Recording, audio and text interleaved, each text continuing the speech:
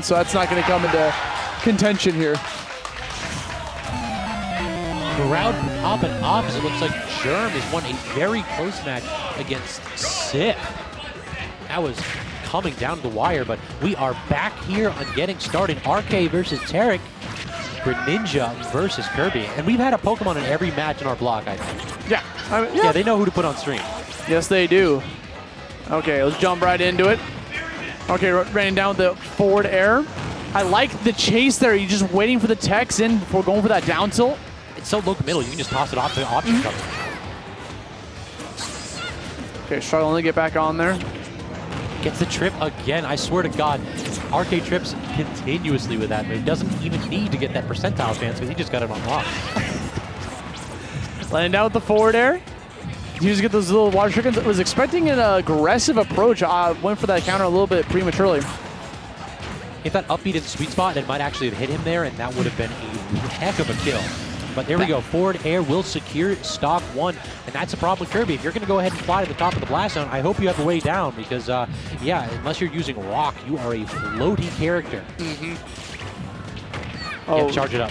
Big, looking for a big read there, and that's like a fault some players fall into, right? Is they start charging their smash attack, and if they're not there, they just keep charging it. Yes. But in this game, you get punished for that because if you get hit while charging a smash attack, there's more knockback on it. Like if you get hit, you get sent further along. And it is looking a bit rough out here for everyone's favorite pink puffball. Kirby not really showing that he's got what it takes to keep up in neutral against Tarik's Greninja. Being caught by the little baby shurikens. Called out the approach with the fadeaway forward air. Very smart option to do while just trying to create some distance with your opponent. Tarik's playing this so well. Just throwing out the shurikens and forcing RK in. It doesn't matter what RK is trying to do. His game plan is to collapse once he has to hit forward against Kirby. You saw right there, Tarik gave up so much stage control going for the fadeaway forward air twice that RK just ran in there, got the grab, and got the kill because of it. It's important to, while fading away with an aerial is good, you don't want to give up stage control in the process. Just give up a little bit, you know? Don't put yourself in the corner. Yeah, anytime you're like dash dancing away, like that's like one thing that gets on my nerves. Mid-level player just dash dance to dash dance. It's like you're giving up space. And anytime you're giving up space, you better be getting something out of it in return. It's good to think about stuff like that.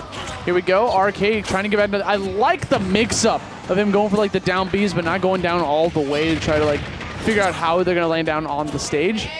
It's smart instead of just going with fast fall. Okay, good kill. Good pickup from Tarik. I like how Tarik just walked away from that stone. It's like, you're not getting this. Get out of here. And then RK forward smashes in one direction and then forward smashes in the next one. Well, if this won't work, surely this one will. All right, here we go. Forward tilt. Pushes him off. 128%. Oh, stone down below. What is going on down there? That's a regrab. Big punish. Big punish. Hey, dash attack just like cross up the shield. Neutral air. RK doesn't have an out of shield option fast enough to punish. Parry and then immediately jumps away. Smart by Tarik, recognizing that that multi-hit was not going to allow him to punish that. Okay, fireball. Very last part of it. Drag down. And then gets it again, but not quite able to convert there as he runs out of stage. It looked like he was trying to like drag him down with the up air and try to potentially go for like a footstool right afterwards. Oh, that works too. Drag him down to the forward smash. Tarik taking away game one. Even though it was the last stock, it looked pretty solid. I feel like RK just kind of struggled on like what to do in that situation. Not only that, but with that drag down, it didn't look like RK had the opportunity to tech that. It looks like Kirby's aerial mobility is so bad that when you get the drag down from Greninja's up air, you're just stuck. That's so awful in this matchup if that's true. I mean, that happens to a lot of characters, though. Just like the drag down from the up air on Greninja, like it's either impossible to tech or it's really difficult to tech. Here we go. Final Destination, a fantastic stage for Kirby because there's no way for your opponent to mix up where they're going to land with the platforms. We got the copy ability coming out, gives Kirby access to a shuriken. Sometimes Kirby's copy abilities can be better than the opponent's based on like how they land. Like for instance, he can like triple laser hop with Falco's laser. I think it's every single one of them are actually just strictly better. Like there's a frame data buff there, but for Kirby in general, like this is a character without any projectiles and whose defensive game options are not phenomenal. So when you finally give him a projectile with 5 jumps and a kind of like floaty aerial mobility, he can actively kind of like wall you out a week. Sure, and it depends on the ability too, but there we go, forward air. Because when you give up the ability to inhale, That's a pretty strong option, you know, because I can catch people off guard like when you're like landing down with it, for instance, on their shield. True, yeah, it's just a very good command grab. Especially with the buffs. Like, they really made it so that that move is now true out of certain combos. It's like a weird command grab, because like if you're shielding, like it sometimes doesn't go through. Okay. What a call out. Just want to talk about that. And they got some taunts coming out from RK. Kirby, one of those characters where like if you taunt, it's actually proves a function. Like Kirby gives up his copy ability, ends up going for a taunt. It's like Kirby, like Greninja has one of those too, where he's got like the water hitboxes on one of them. And then obviously the most famous one being like Luigi with the down taunt. Yeah, get that spike. Okay, oh, no punish coming out from there. Goes for the down smash. All of a sudden, was Tarik at jumps? Like he immediately went for the up B. Gets caught by another forward smash. That's gonna be RK putting another stock on the board. And then optimally takes a moment to go ahead and eat that substitute. Restore a little bit of extra health there. Yeah. There we go. Copy power is back. And now it's RK's turn to go ahead and back off. Say, you need to come to me. I've got the better projectile now, son. And throwing out a shuriken. I dig it. Up tilt to back air. Very, very clean combo. It's the parry into the forward tilt, forcing him to side of the stage there, but the forward smash going to beat RK's attempt at a drift in. Yeah, Kirby does not really have great disjoints in the air, so you have to be careful, but down tilt into forward smash kills him sub 100 after the hit. Kirby's strong, dude. Like those kicks, they hurt. Like he puts so much energy into those kicks. Like the shoes extend. He got a tilt at 75% and then just ended the man stop. That's insane. Disgusting. So we're going to jump into another Game 3. We've seen a lot of Game 3s this blog. This is nuts. Yeah, there's not been a lot of like blowouts. It's been close every single match. That's what you like to see. Yeah, close sets. That's all I want, man. All right, Game 3. Tarik and RK coming back onto the board. Pokemon Stadium 2. Finally, we're not actually, seeing Final Destination. I'm sitting here thinking like this is going to be the first set that we saw where in 3 games we don't see Stadium. I mean, you never know. It's back. It's always back. It finds a way. Okay, Tarik slowing down the game Tarik here. has realized that fighting Kirby is a bad idea. This is how you fight Kirby. This is actually how you deal with Kirby. You don't approach. They can't do anything. Yep, it's the same as Mac. Why do you run at that character?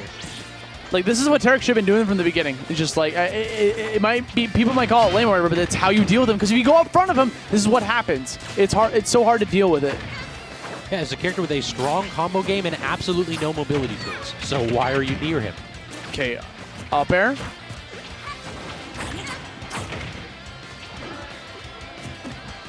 Just floating back to stage, and then gets the copy ability. Catches Tarik trying to overextend with some kind of a hitbox, and hoping RK would drift into it, but instead RK takes one taking advantage. And this will help out RK too if Tarik tries. Oh, no, maybe not. What an extension. Yeah, I can't believe he got that. Okay, hanging on that ledge, tries to go for the ledge trap. A very aggressive option, double jump forward air. One of the greedier options. Not getting punished though, and RK's gotten away with that a couple times now. There it is again. Okay, fadeaway forward air again to knock him off stage. Let's see if Tarik can try to capitalize on this and jump right on top of him. Forward air, a little bit unspaced there, but didn't get caught by the down tilt, rolled away to like reset back to neutral. And RK's shield is looking a little bit small right here. Pops out of the up air. There he goes. He connected it that time. And Tarik's change in his gameplay has been phenomenal for this game. He wanted to eat a shuriken. Look at him. He's hungry. You got to get that extra percent or half, right? I mean, yeah, it matters, dude. The chains begin. Drag down, up tilt, drag down, up tilt. You're Kirby. What do you do until you finally double jump? How much percentage was that? That was about 60%. That's insane. There's so little RK could have done. He had one opportunity to jump out at low percent, but then once he was at 30 or 40, that's all she wrote. That was a sus charge up smash.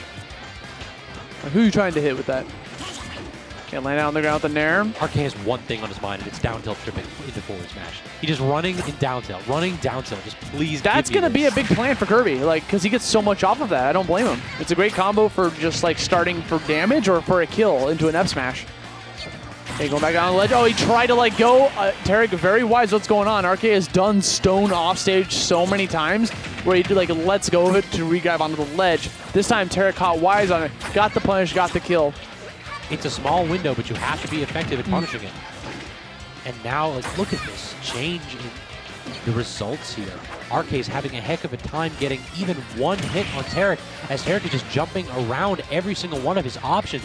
Tarik has no desire to fight, but the minute that RK throws out hitboxes, Tarik is perfectly happy to respond. There we go, another forward smash. This is RK's chance to try to bring this back. It's 1 stock to 3. It's not looking exactly pretty. Nair into up smash, bada bing, bada boom. That's Tarik with a 3 stock for game number 3. Taking it home, takes out the set, and that's pretty much how that matchup should be going. So. Yep, it's like, you know, you want to fight Kirby? We saw what happens when you try to fight Kirby in game 2. You die at 70% from getting tripped.